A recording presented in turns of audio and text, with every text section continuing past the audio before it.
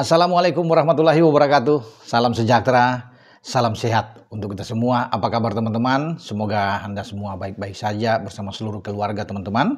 Dimanapun teman-teman berada, tetap semangat. Kali ini kita bicara sekarang bergeser. Biasanya di tim senior, ya untuk timnas kita.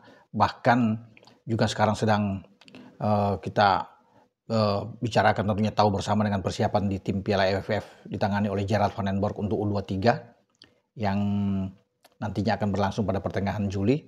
Namun sebelum itu ada pertandingan yang sebenarnya perlu untuk kita lihat bersama dan mendukung mereka. Garuda Pertiwi kita di bawah pelatih kepala Satoru Mochizuki asal Jepang sudah mempersiapkan tim ini menghadapi untuk kualifikasi Piala Asia di grup D. Kita menjadi tuan rumah karena pertandingan nanti akan berlangsung di Stadion Indomilk Arena di Tangerang, teman-teman. Jadi kalau teman-teman yang dekat-dekat di Tangerang, Banten sana atau yang ada di Jakarta juga perlu untuk kita berbondong-bondong pergi ke Stadion Indomilk Arena.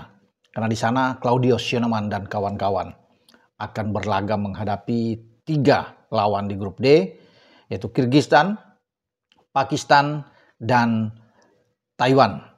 Kita harus menjadi juara kalau ingin lolos ke putaran final Piala Asia yang akan berlangsung tahun depan 2026 dengan Australia menjadi tuan rumah. Jadi tidak ada pilihan lain, mumpung kita menjadi tuan rumah, target kita wajar kalau bisa juara grup dan lolos. Tapi harus diingat kita punya lawan kuat, Taiwan. Kenapa Taiwan, teman-teman? Karena Taiwan itu lebih bagus secara peringkat, ya.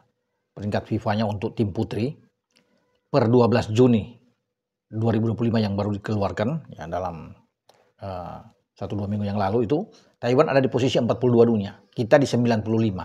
Jadi memang agak jauh tapi kita tetap harus fokus, konsentrasi dan punya tekad kuat, motivasi tinggi untuk bisa mengalahkan Taiwan. Mumpung pertandingan melawan Taiwan itu akan berlangsung pada tanggal 5 Juli. Nah, babak kualifikasi Piala Asia untuk putri ini itu akan berlangsung dari tanggal 29 sampai tanggal 29 Juni ini sampai tanggal 5 Juli. Nah, pada hari Minggu nantinya kita akan bertarung melawan Kirgistan. Kalau lihat dari segi peringkat, kita lebih bagus. Kita 95 kan, saya bilang tadi. Peringkat dari Kirgistan itu 136 kalau nggak salah ya. 136. Kemudian tanggal 2 Juli kita ketemu Pakistan. Pakistan itu 157 peringkatnya. Baru Taiwan yang saya bilang tadi itu dengan peringkat 42 dunia. Jadi kita enak nih setelah kita mengalahkan Kirgistan dan juga mengalahkan Pakistan. Ya, kita akan fokus sepenuhnya melawan Taiwan yang dianggap sebagai unggulan favorit di grup ini. Tapi saya yakin dengan ketambahan 4 pemain naturalisasi yang baru saja kita akan kuat. Karena pemain-pemain lokal kita juga bagus-bagus. Selain Claudia Schienemann ada Sahrah Musdalifah yang sebelumnya bermain di Cerezo Osaka ya, liga di Jepang sana. Kita masih punya Sheva Imut, bagus pemain ini. Kita masih punya Safira Eka Putri, pemain yang oke. Masih punya Sydney Hooper yang juga diandalkan oleh pelatih Moji nantinya.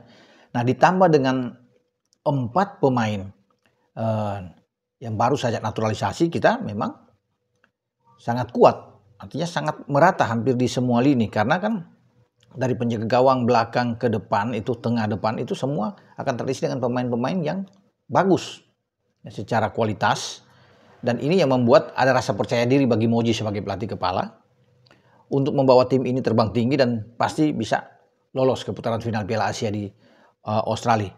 Nah, 4 pemain tersebut yang baru saja dinaturalisasi adalah Iris Yoska Dero, kemudian ada Emily Julia Federica Nahon, ya ini teman-teman. Kemudian ada Guzie Warps dan Felicia Victoria Dezo. Ini 4-empatnya yang saya pikir mereka akan bisa langsung dimainkan oleh Moji saat bertanding pertama melawan Kirgistan pada hari Minggu tanggal 29 Juni ini. Jadi saya pikir dengan 23 pemain yang diumumkan semua adalah pemain-pemain terbaik kalau bisa dikatakan. Bahkan ada yang bermain di Makati ya, ada Seva, ada Gea yang bermain di Liga Filipina. Mereka semua dipanggil masuk. Karena sebelumnya juga kan, sebelum 4 pemain tadi yang saya bacakan dinaturalisasi, baik yang bermain di ADO Den Haag di sana, dan ada Noah Leatomu, pemain belakang. Sebelumnya kan ada Estela Leopati yang berada pemain depan. Jadi memang kuat kalau bisa dilihat dari komposisi pemain yang diambil di semua lini. Ya semoga game plan yang akan dilakukan oleh Moji sebagai pelatih kepala itu berjalan dengan baik dan semua pemain bisa menjalankan dengan bagus di lapangan. Karena kita targetkan melewati semua pertandingan dengan 3 poin. Nah, makanya dituntut untuk bermain dengan rapi, tentunya disiplin, dan jika semua menjalankan dengan baik, taktik, strategi sesuai game plan yang diinginkan oleh Satoru Mochizuki atau Moji, saya rasa kita akan bisa lolos ke putaran final Piala Asia. Nah, dari 23 pemain yang ada teman-teman, 3 kiper yang masuk dan semua ini akan dimaksimalkan dengan baik. Tentunya bagi Iris Joscadero, penjaga gawang yang baru naturalisasi yang bermain di Sparta Rotterdam, dia akan mendapatkan tempat utama menurut saya ya, untuk bermain di starting 11-nya Moji. Karena ada 2 kiper lainnya juga yang sedang ada di sana yang dipanggil, itu Laita Rawati Musyokuro dari Asprof Jatim dan Gadisa Asnanza dari Asprof Jabar. Itu 2 kiper lainnya untuk bisa membackup Iris Joscadero. Baik teman-teman, saya coba akan membaca mereka yang dipanggil oleh Moji, tentunya mereka yang terbaik, baik di posisi lini belakang, tengah sampai depan. Nah, di belakang itu ada Nabila Silsilia Divani dari Asprof Lampung, ada Noah Yohana Christina Leatomu, kemudian ada Vivi Octavia Rizky dari Asprof Babel, ada Remini Cirerumbewas dari Asprof Papua, ada Safira Ika Putri Kartini, ini dari Asprof DKI Jakarta. Baru ada Emily Julia Federica Nahon dari ADO Den Haag, ini bermain di Belanda. Gea Yumanda yang saya bilang di awal, Gea yang bermain di Liga Filipina kan bersama dengan Makati FC. Nah, itu pemain-pemain yang ada di barisan belakang. Nah, kita bercoba ke tengah. Di tengah itu ada Vini Silviano Sunario dari Asprof DKI Jakarta, ada Rosdila Siti Nurrohman dari Asprof Jabar, Felicia Victoria Dero juga bermain di ADO Den Haag sama seperti Emily. Kemudian ada Sheva Imut bermain di Makati. Jadi ada 2 dari Makati yang diambil. Ada Gea dan Sheva. Ya, tapi Sheva bermain di gelandang, kalau Gea kan di belakang. Ada lagi Helsia Maizaro yang bermain di Asprof Jabar. Itu mereka yang bermain di lini tengah. Saya bergeser ke depan sesuai panggilan yang ada. Ada Sahrah Musdalifah. Ini yang sebelumnya bermain di Cerezo Osaka. Sahrah menjadi ikon juga, ya, pemain terbaik yang ada di timnas putri kita. Kemudian ada Claudia Schoenemann, ya, dengan nama lengkap Claudia Alexandra Schoenemann dari Asprof Jabar. Ada Marcela Juliani Awi dari Asprof Papua. Kemudian ada Naziwa Salsabila Fatah, ini dari Asprof Jabar.